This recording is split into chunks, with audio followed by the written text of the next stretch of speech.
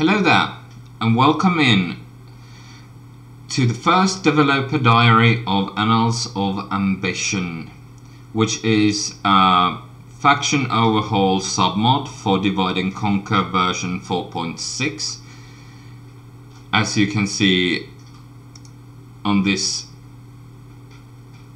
here, it uses Divide and Conquer's UI as most of the changes we do are faction and unit related, so we have not done major changes to the campaign itself or the map, and our team currently does not possess the know-how how to work on scripts, so we can't really do all the major changes we have planned for, which currently exist only as ideas. As I said, we can't really implement those ideas yet. So let's start with the Kingdom of Gondor. There's nothing to say really there, because we haven't really touched how the faction plays at all, and it remains as it was. Then there's the Principality of Dol Amroth, in which the case is pretty much the same as with Gondor. No real changes. Then when we pick up the northern Dunedain, you can see here that we have changed the name of the faction. It is now called Kingdom of Arnor, where, for instance, we have changed a lot of things there, which we will delve deeper into once we take a look at the campaign map, and then again when we take a look at the units. So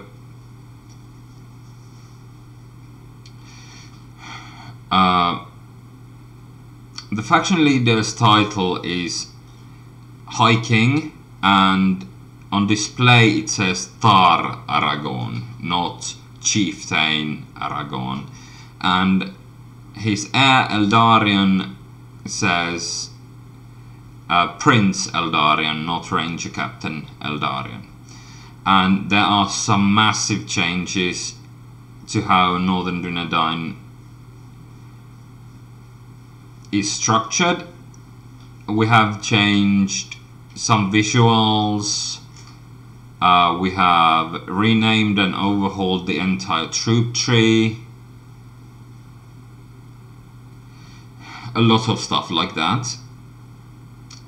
Then there's faction formerly known as Ar Adunaim, or Kingsmen. It's currently under the name Empire of Numenor, and it is a subject to change, but I have imported my older submod, the Golden Dawn, which was like an alternate history sort of thing, but it has no bearing here.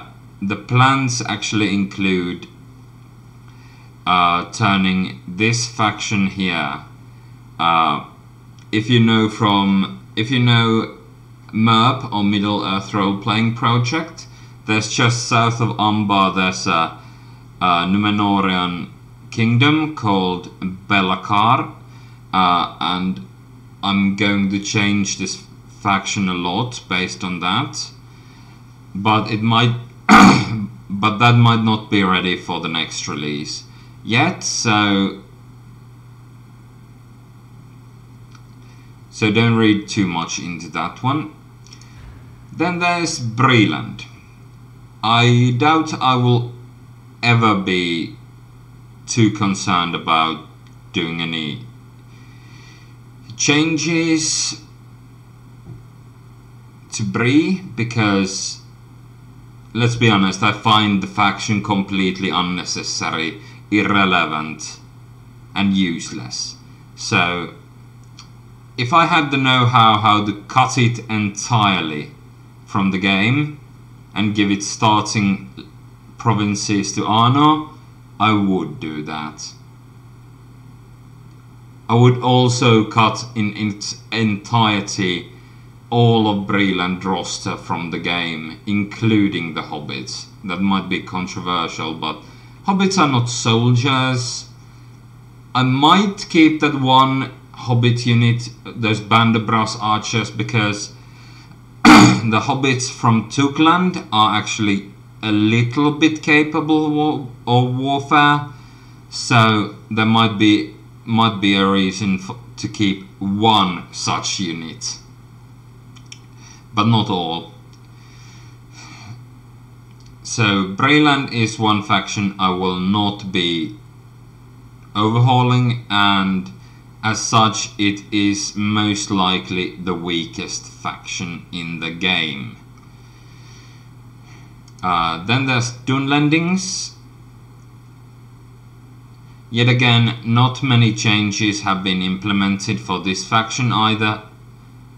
Mainly some unit balancing to keep up with the more boosted factions. Same is actually true for Enedwaith and Haradrim. Khand also. Rune has received financial boost, so they can keep up with the now empowered neighbor.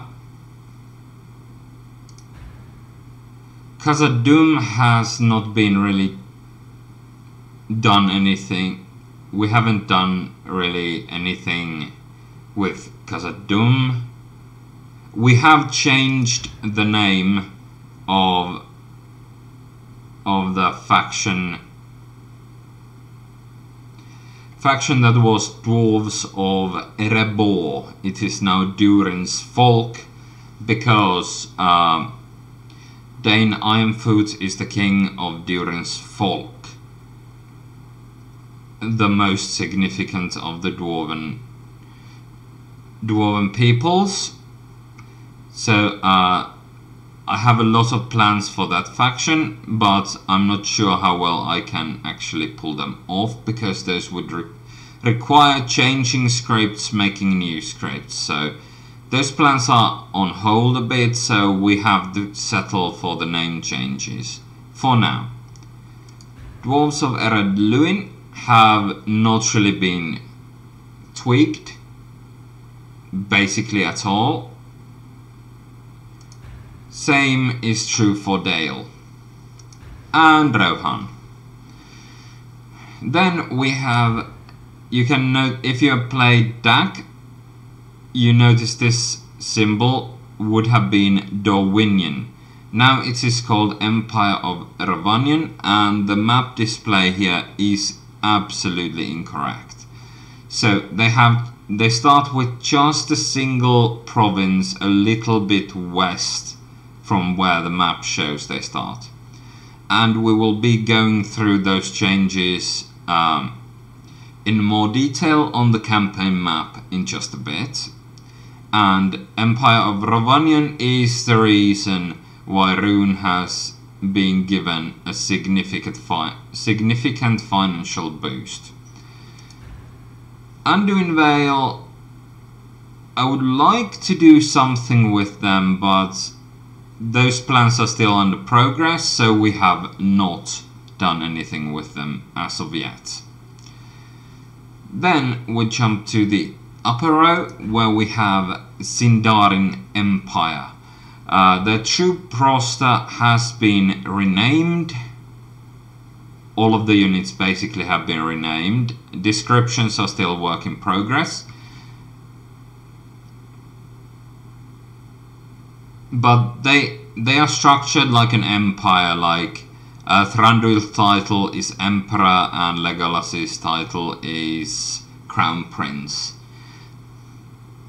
It's like the narrative is something like that Thranduil has the ambition to create a realm to mirror Doriath from the First Age, and as such he's trying to carve out an empire that spans all of Erin Lasgalen.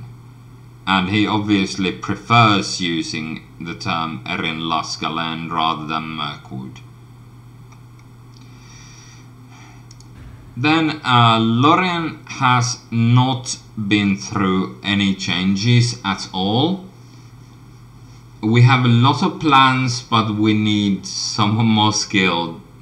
Modders with more skills than we do currently to pull those off.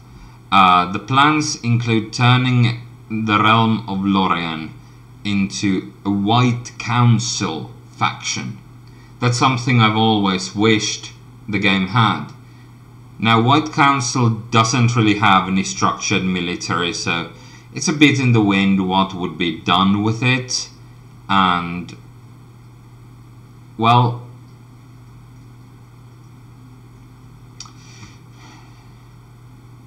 I have ideas, but implementing those would need extensive scripting knowledge, which again we do not have. Then we have Dominion of Eisenguard. I would also like to change scripts related to Isengard, as the game's start date is a bit before Saruman's treachery is revealed. Quite a bit before that, so I'd like to think he hasn't completely fallen at the start of the game, and there would be a choice script whether he wants to go after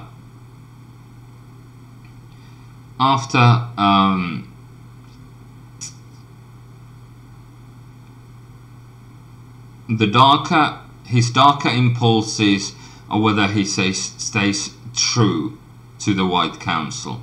So there would be a lot of scripts revolving around that. The troop tree would be completely revamped. If he stays true, his army would always consist a bit of like his basic units would be mostly Dune Landings instead of Uruk-hai, and depending on his choice he would have either Rohirrim and Gondorian units or his signature Uruk-hai. So that's something that's in the plans, but we haven't, as I said, we don't have the resources to pull that sort of thing off right now. Which is why Isengard stays mostly how it is. Then we have Remnants of Angband. Now we have renamed the Orcs of Gundabad in the Remnants of Angband, and we have some really cool ideas how to further pull that off. But the law point is basically they have, after the War of Wrath that ended the First Age, they have been wandering aimlessly the Forodwaith until they unified around one leader and came south to Gundabad.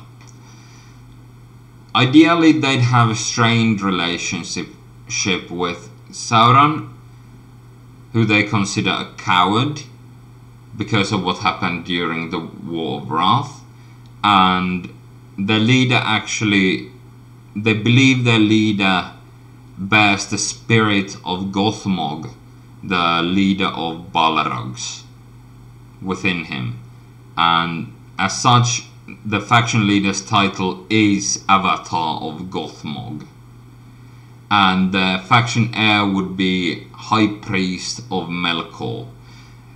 So whenever the faction leader dies, faction heir chooses the next high priest, and this new high priest performs the rituals on the new leader that allows Gothmog's spirit to possess the new leader. That's what they believe. I don't know if it could even be law accurate or anything, but that's some cool fanon law I came up with. Okay, you decide for yourself if you think it's cool or not. I think it's pretty cool. Then we have Witch Realm of Angmar. Now it's no longer called Remnants of Angmar because it's forming more and more like an actual, like the Witch Realm of old, and they have some real power, they have guidance from the Witch King. Unfortunately, there is a bug that has yet to be resolved, making Angmar currently unplayable. We are trying to figure it out. I've been trying to figure out what causes it for weeks without any success. So unfortunately, that's not going too well. Then there's Goblins of Morya. I'm considering whether I want them to be renamed back into Orcs of Misty Mountains or keep them as Goblins of Morya. Obviously Morya is a large theme for them, but I just don't know yet. So it's a bit on the wind what we want to do with them, so we haven't really done much at all. Then there's Dol Guldur, which I personally think is just fine the way it is. And Ergosam, no major changes have been done. Same's obviously true with Mordor. I don't think Mordor really needs any significant changes.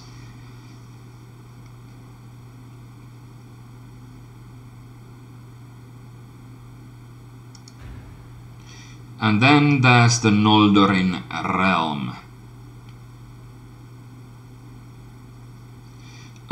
which kinda regresses the current narrative they have, and they are like focused as a realm of Noldor, not a mix between multiple elven peoples like Lindar, Sindar, Noldor. No, they are all Noldor now. And they also have a new faction heir, even though this says it's Eladan. Gildor Inglorion, my personal favorite among Third Age elves, is the faction heir. They have had renaming of their roster, but not many other changes have been done, except Eldron has been made a lot older. Same with Kirdan, if my memory serves me. I'm doing this out of memory, so don't blame me if I get something wrong. Okay, you can blame me, but I'm not doing too many changes. So let's go and take a look at the campaign map. Now it will be embarrassing if something doesn't work when we're going there, because I'd have to film this whole shit all over again.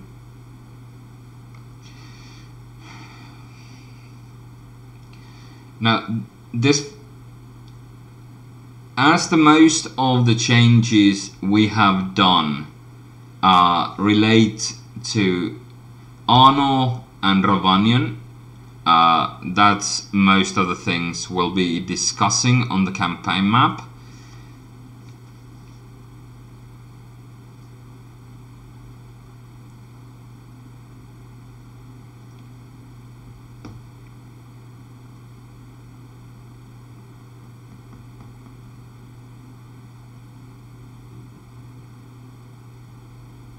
I'm I'm trying to remember everything we have done since we started this mod, but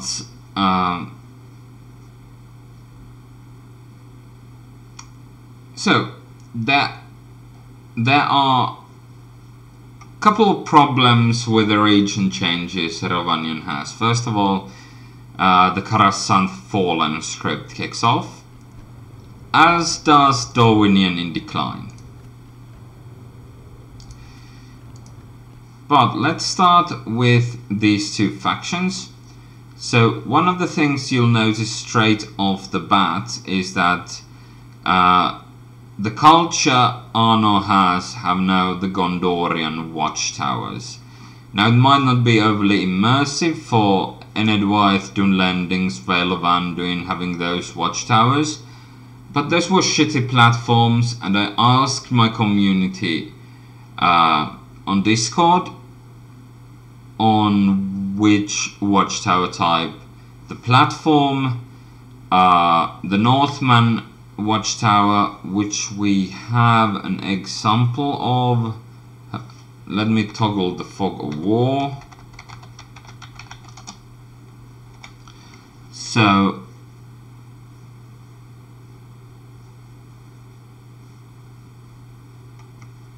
there, this is the Northman Watchtower.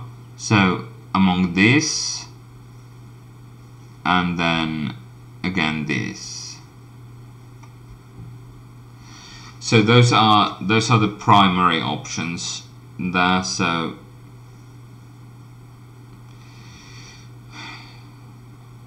yeah, so the titles are Arion and Arantar, but if you mouse over, it says Heir of the High Lord and Lord of all Noldor as their titles. But that's, and all of the stuff, it says instead of High Elven, it says Noldorin. Same as for Gundabad, it says Angband. And for Woodland Realms, it says Sindarin. And for Dwarves, it says, well, still Dwarven, because Durin's Folk is Durin's Folk. And for Ardunaim, it says Numenorean. Those are pretty much the more relevant changes.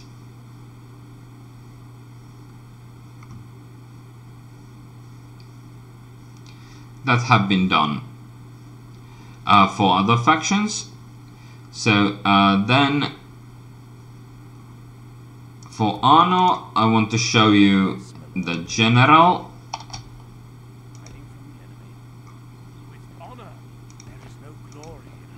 General looks like this on the world map, and Captain looks like this.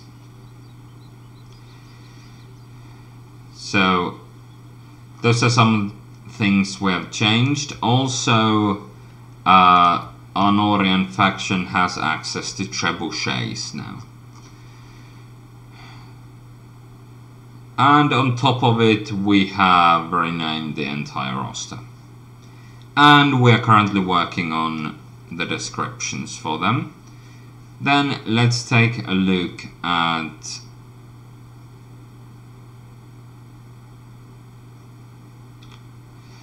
Empire of Ravenian. So they start with just one region, and when we pass the turn, they will get the last stand stack, which is something that needs to be worked on. So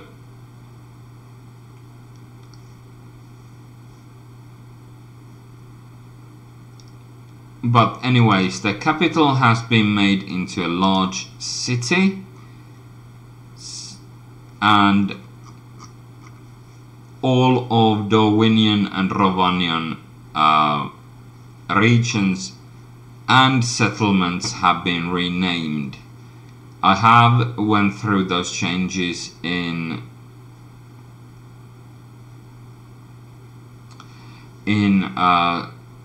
a stream, but we'll go through them here again.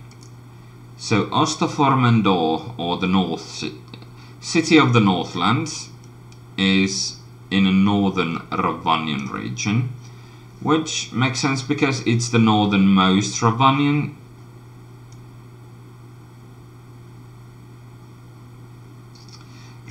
region. Then we have Ekkanule, which actually is the most western, reaches furthest to the west,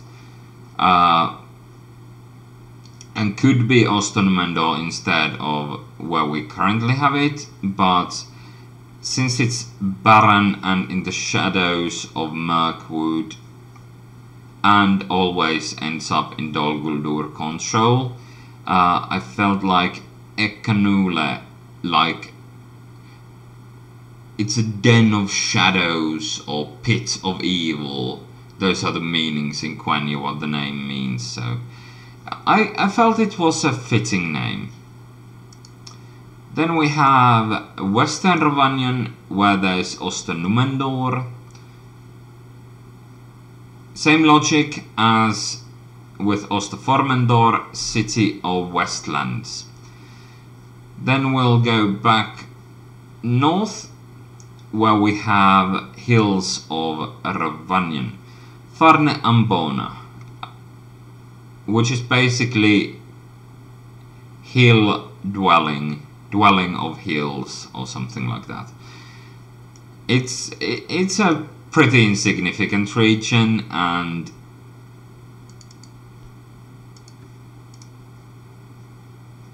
that's that. Then there are two regions with iron available in Rovanian. One of them is Rovanian Highlands, Taras Angaina, which can mean both Iron Fortress or Iron Hill. And since it's built on highlands, both names can work. Then we have Ostotalkarena. Rovanian Borderlands is the name of the region, and Talkarena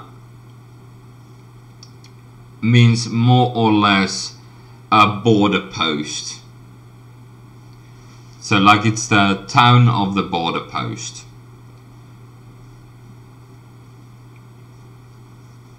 Then we have Ravenian Riverlands, mainly because this province is almost entirely surrounded by river.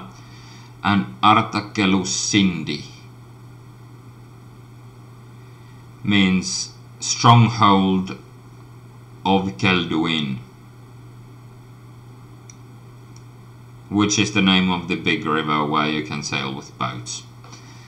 Then we have Rovanian Heartlands, Minas Rovanor.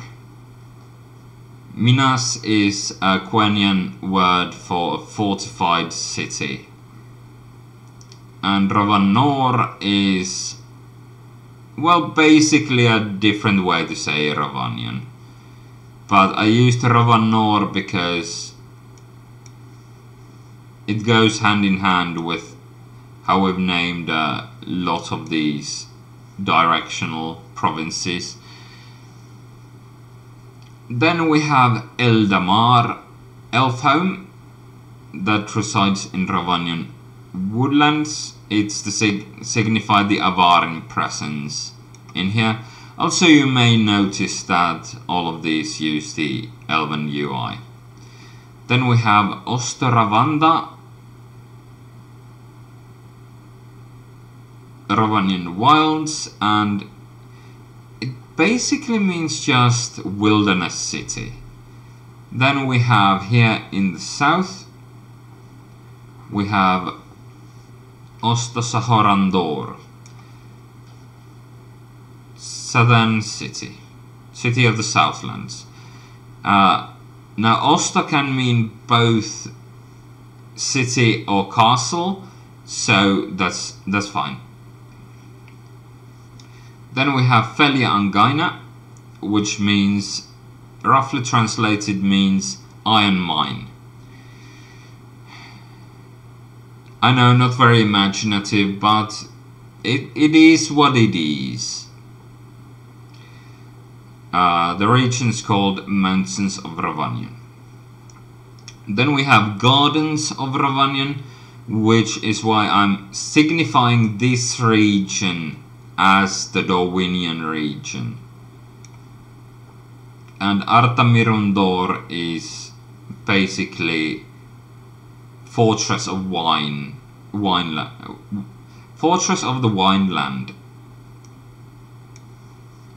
Then we have Ostoromendor, City of the Eastlands, and the province is called Eastern Ravenian. It is the easternmost Ravenian settlement, which is why it bears that name. Then Ravenian coastlands, here has Mirolonde, the wine haven, which kind of ties it into the Dorwinian theme. Also, when we did this change, I had help from a person, and he did that starting region change, but he did not put any rebel units in these now rebel provinces, also Neburka included. So they are quite easy to take, as long as it's like basically just a race between Rune and Dorwinian on who gets it first.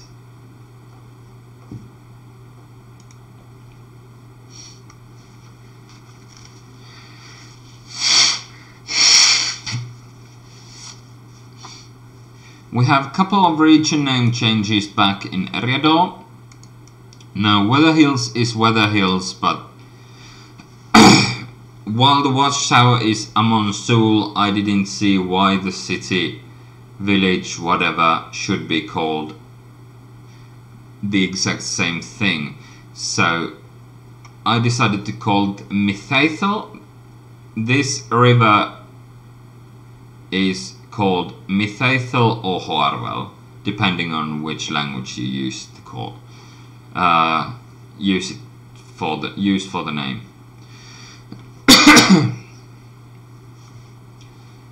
Then we have here, this used to be Ostgelon and Eastern Numeriador. I wanted there to be only one Numeriador, and I honestly missed that there was somewhere around here was a village called Karaskalairnen. Back in the day, an earlier version of Divide and Conquer, so I restored Karaskalairnen. And I changed Perth in Lune to Ostgelon and renamed it from Western Numeriador to Luneland, which it had previously been. Also, I managed to hunt down and fix a couple of bugs. One of the bugs is that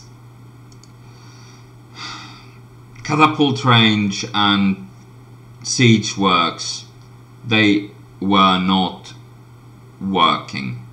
So if you were to right click on those buildings in game, no matter whether it's building browser or when it's built, the game would immediately crash. And I managed to isolate the problem as the new type of catapult I added for Ravenian. So that catapult is currently available only in custom battles. Sorry about that. but that's how it is. The other bug I managed to squash was one that prevented the Shattered Alliances campaign from working. I actually have played the regular relations types of campaigns so many times now that I just don't want that action, honestly. When I play by myself and I'm not testing, that's when I use the Shattered Alliances. Now let's jump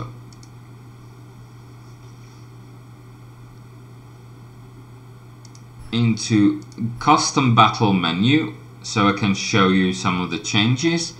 I'll pick Undertowers as the map and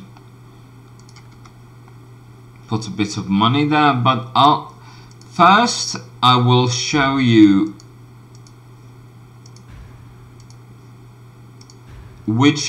how I've been doing unit balancing. Now some very few units have received stat boosts, but most units have gained an additional hit point, such as most generals' bodyguard units. Additionally,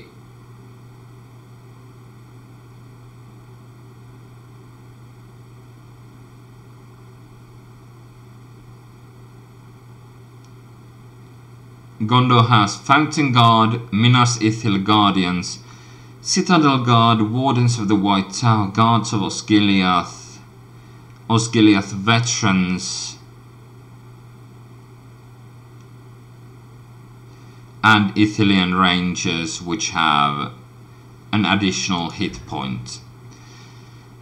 Now, for Dune Landings, I initially had planned only to have very few units have the extra hit point, like Chieftains, Bodyguards, and Guardians of Dunland, but I added them for balancing to Dunhird champions, Beast Slayers, and Wolves units. So, and I'm thinking whether to give that extra hit point to Watch Hunters as well. Then for Dol Amroth, Tirith AR units, Haven Guard, Sea Ward, Talon Knights, and Nimbrodel Mariners, alongside General's Bodyguard,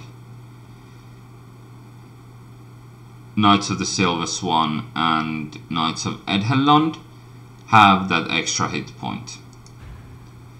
Then for the Enedwaith faction, they're pretty weak currently. I'm thinking Moot Keepers, Minhiarith Warriors, Guardians of Enedwaith, Foresters of Haleth, Elder Guildsmen,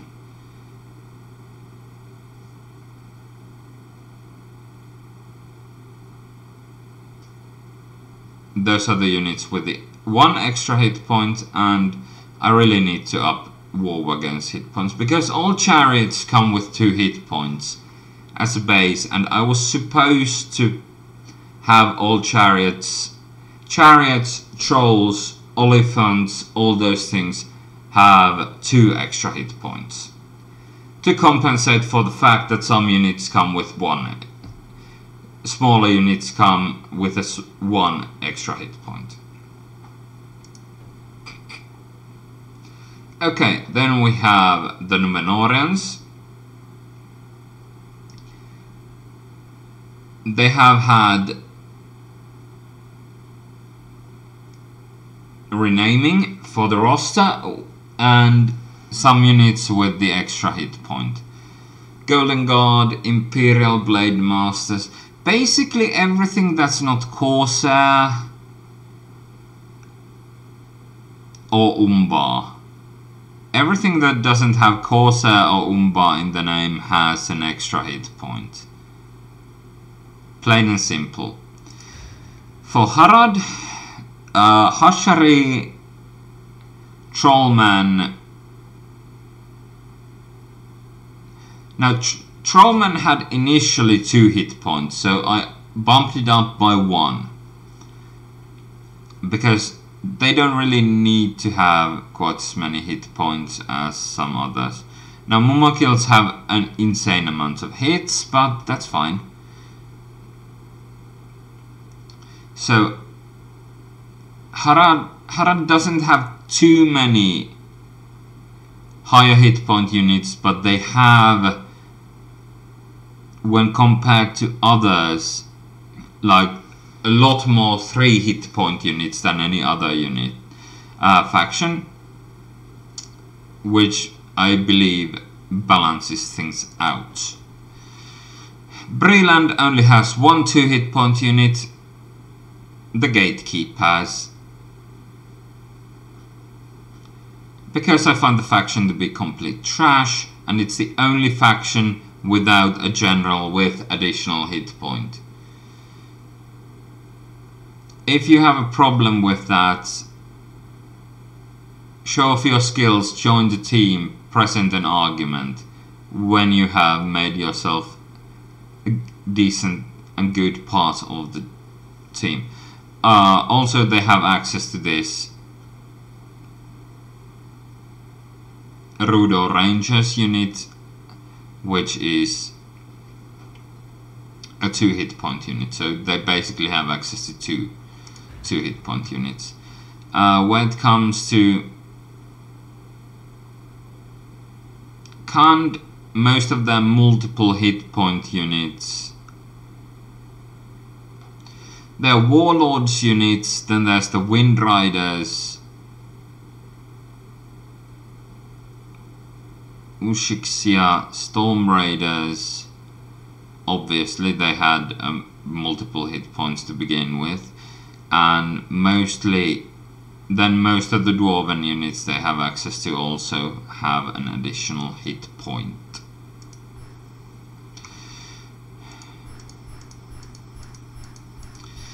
I'm doing Ravenian and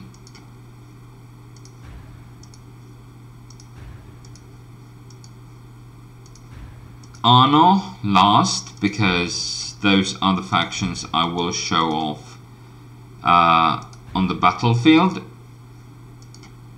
I said you'd go last. Okay, so when it comes to the Dwarves,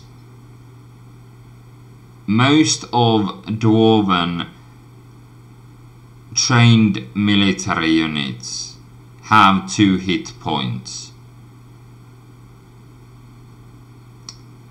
Also, Balin's Guard has 3 hit points to signify them as true elites. But volunteers, sentries, laborers, travelers, they are trash. They are not trained military, so they don't have that extra hit point. Which means early game can be pain, but once you gain access to your 2 hit point units, you will be just fine. Rohan initially had barely any 2 hit point units, but I did give them a few, like Guards of the Caves, the Dwarf unit. Rohan has access to Helmingas, the elite archers guarding Helm's Deep, Rohan Bodyguard,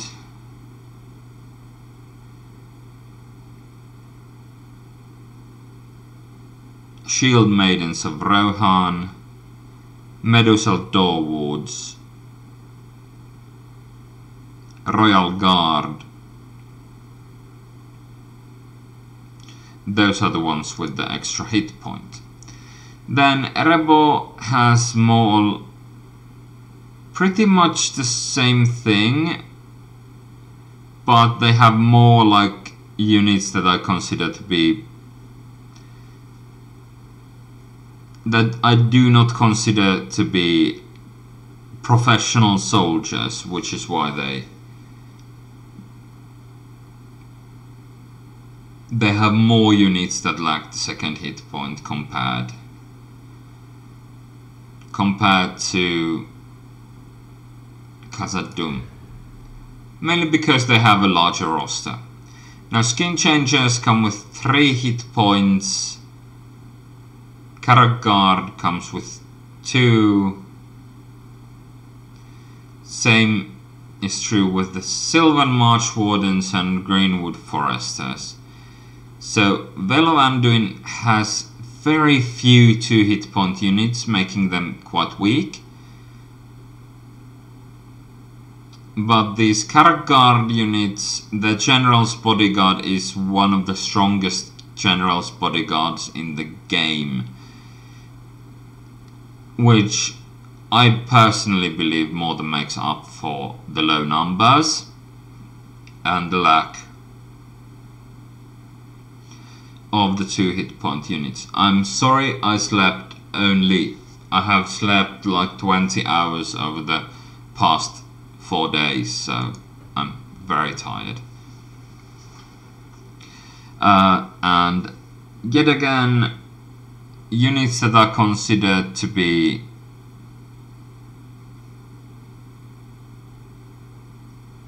professional soldiers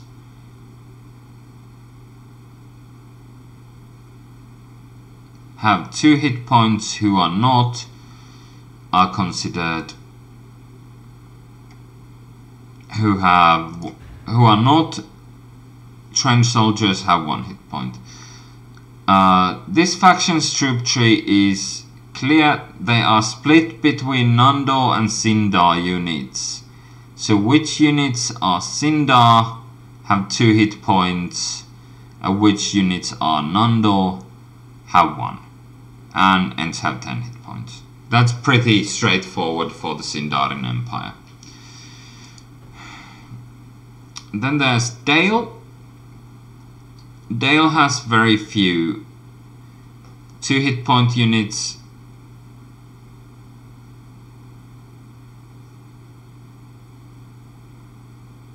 Ravenian Rangers, Royal Guardsmen, Barons, Hearthguard, Earls, and that's pretty much it. They are fairly weak as of right now, but they have a lot of allies, which makes up for their lack of early game power. But once they start getting access to the highest tier units, they can build armies with 2 hit points.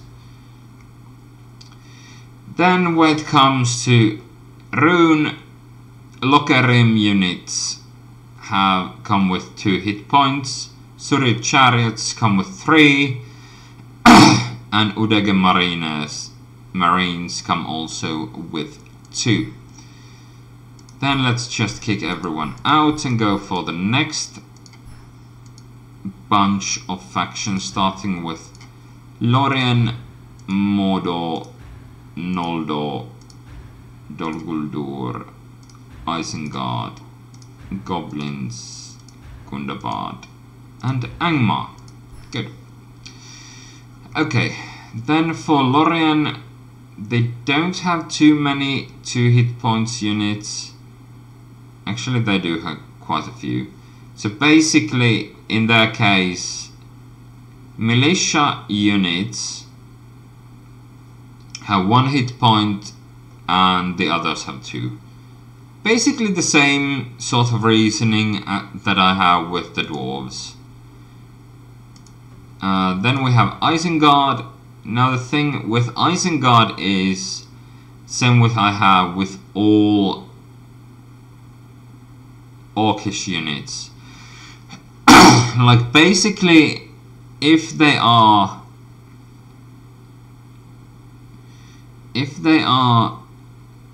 considered Uruks, they have 2 hit points, which means that most Isengard units have 2 hit points, which makes Isengard extremely powerful.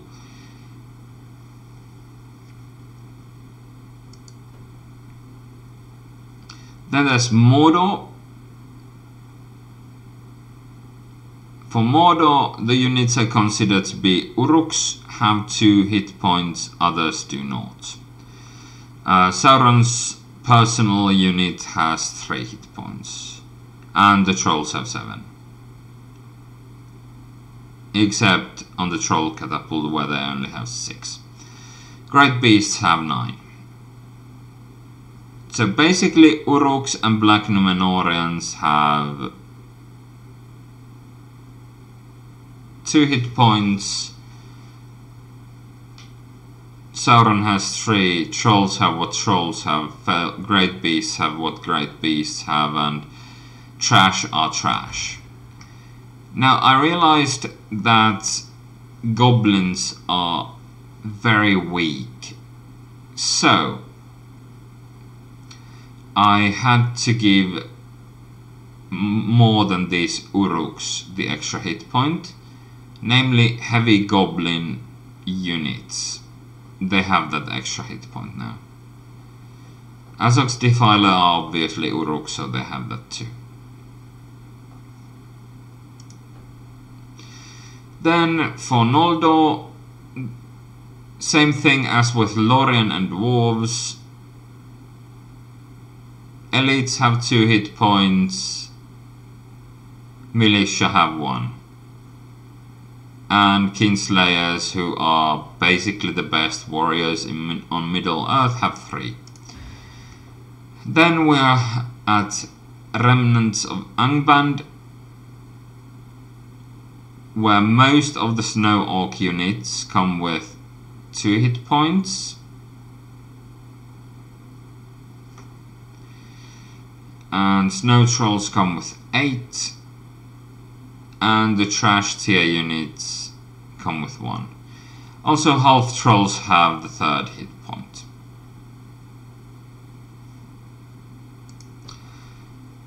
Then Dol Guldur, trash is trash. Camels shadow units, they have 2 hit points.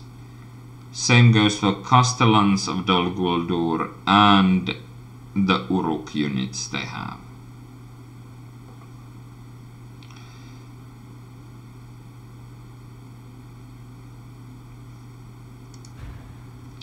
Then for Angmar, now we have renamed the entire Rudor roster and 2 more elite units there. Hiran Edain Warmongers, who are the axe hurlers, and Hiran Edain Berserkers, who are basically typically the elite unit there. Then we have Brutes, Barbarians and Defenders as the other units, but Witch Knights have a second. Iron Crown, units that have Iron Crown, Witch Knight, Northguard, Dark Blades, or Hiran Edain in their name, they have 2 hit points. Barrow Whites have 4. Then we'll take a look at my babies, the factions I've done most work on, and they are Arno,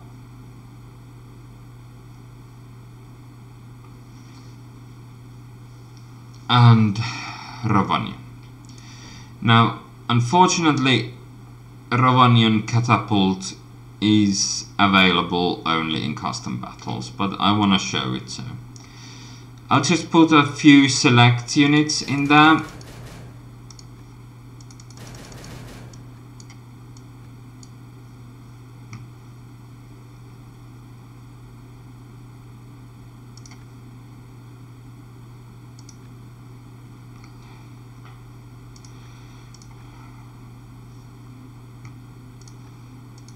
On both factions.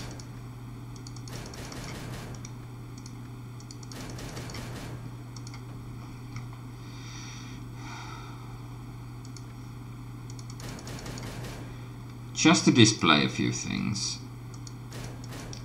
nothing more than that.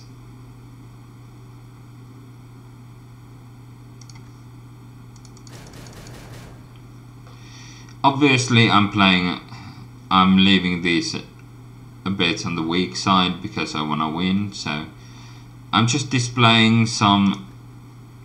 the Avarin armor styles. These Ravenian units have mainly the Ravenian catapult, and then I've done a little bit changes to Arnorian armors on the highest tiers. I have changed which models they use there. So let's go take a look. And we're using what I would personally describe as my favorite battle map. I mean, obviously I prefer defending on river crossings. I'm pretty good at that.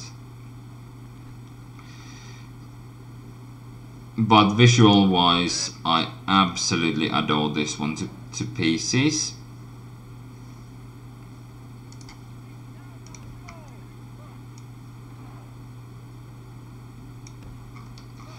So here you can see a couple of things. First of all, these are gorgeous. But most importantly, I have changed the flag bearer and captain visuals.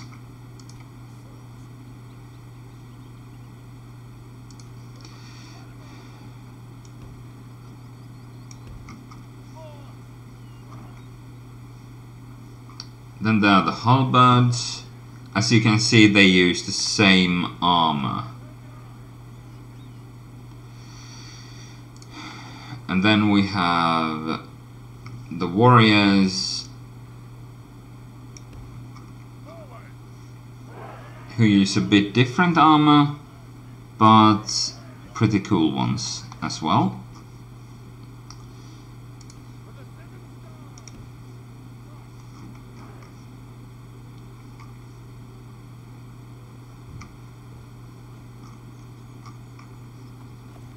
This is one of my favorite units in the game.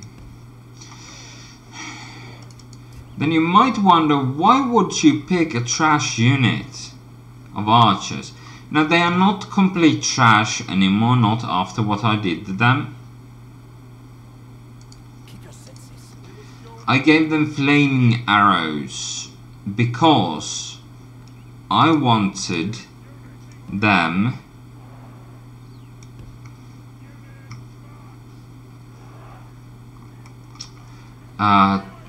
these Arthedain archers to wield like technology based on Gandalf's fireworks developed into arrows, but gameplay wise it's exactly the same thing as Rune's flaming arrows. It actually is literally the same thing. And all units with a steel bow shoot silverthorn arrows to signify the punishing, pushing power. There, as you can see, we have some cool units there. They're pretty cool looking, these. And as you can see, they are the dwarven catapults, and we need to be really scared of that.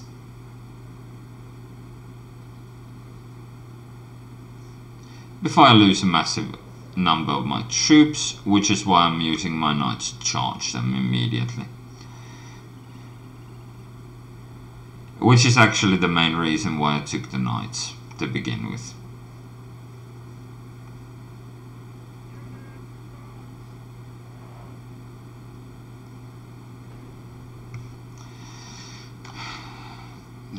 I just adore how these units look. I mean, they are basic trash infantry, but they are pretty decent looking. And I love the shields. I absolutely love the shields.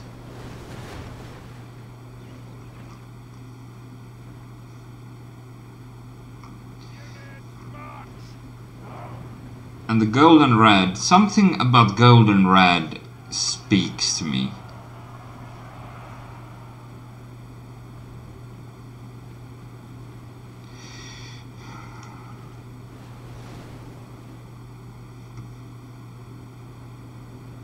The battle is very much in our favor. Victory will be ours.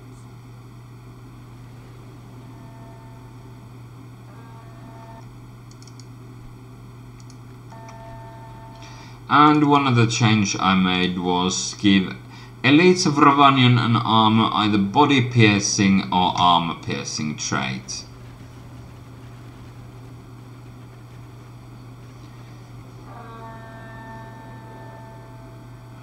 This battle might actually take a bit of time.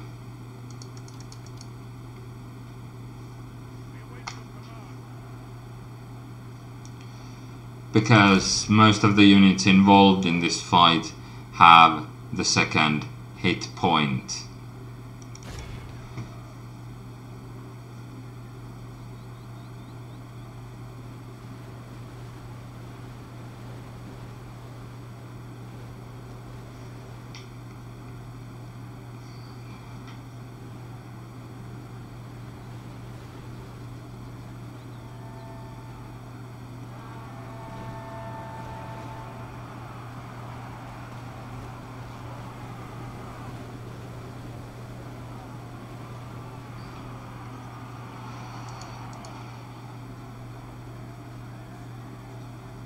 Only half the enemy force remains.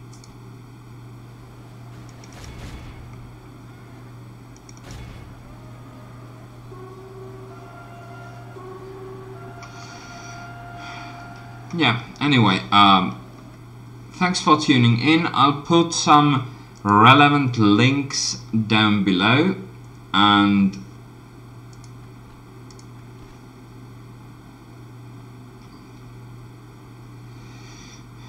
like the ModDB page, the Discord, and my regular info links. And I'll see you guys in the next one. Bye bye.